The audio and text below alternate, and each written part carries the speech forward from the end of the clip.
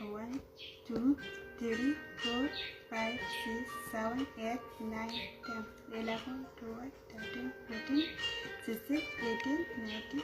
Sarki wannan baiwar Allah da kuke gani insha Allah rabbi yadda ta yi mana bayani cewar ita marainiya ce ba ta da mahaifi amma tana da mahaifiya insha Allah rabbi, kuma ita wannan mahaifiya ita kaɗai ce take da, kuma suna cikin wani yanayi. To shine ita tana ɗan bibiya ta YouTube channel ɗina mai sunan Ɗan Gatan Malam TV, kuma ta ga yanayin yadda bidiyoyinmu suke kyau, suke ta gamsu kuma da dukkanin bayananmu, sannan ta ɗauki namba ta zo ta yi magana a WhatsApp, sannan ta nemi tabbacin aikin tasarifi mukan kuma ba ta tabbacin yadda ake gabatar da aikin tasarifi bil haƙi kuma nan take a cikin sauƙi.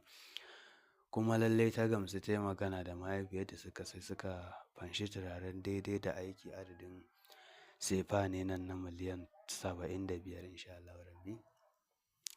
Sefa ne na miliyan 75 aka fitar masa su biyu, ita da mahaifiyarta, wanda hakan ya saka suka fita daga cikin matsalolin da suke ciki, suka sayi gida. Akwai wani ɗan uwansu suka sayi mai mota yake ja insha Allah rabbi, wanda suka yi godiya, suka yi mana fatan alkhairi sosai. To su ma muna musu fatan alkhairi. To assalamu alaikum warahmatullahi ta'ala barakatuh. Muna farkon nan ba ƙarshen nan ba tsakiyar nan ba.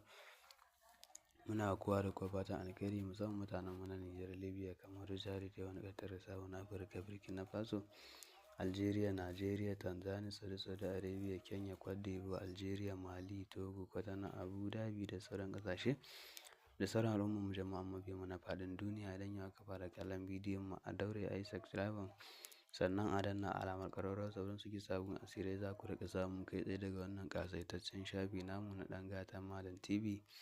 Insha Allah rabbi a har kullum a yaushe abin da ya shafi al'amari na dukiya, ko kana buƙatan dukiya domin ka sayi gida, ko kana buƙatan dukiya domin aure, ko domin kasuwanci ne, ko bashi ake binka, ko kuma kana son kai wani uzuri da dukiya ko kuma da kuɗi amma al'amarin ya kasa maka, ko kuma kana wancan wani garin neman kuɗi amma shekara da shekaru kana neman kuɗi amma baka dace ba abin da kake so ka samu ba, to za ka yi ɗaukar nan ba ka zo kai mana magana, saboda muna aiki ne da iya zallan turare sai hoton tafin hannun mutum na hagu da na dama ko kuma sunan mutum, kuma aiki ne cikin awa ɗaya baya jan lokaci insha Allah rabbi.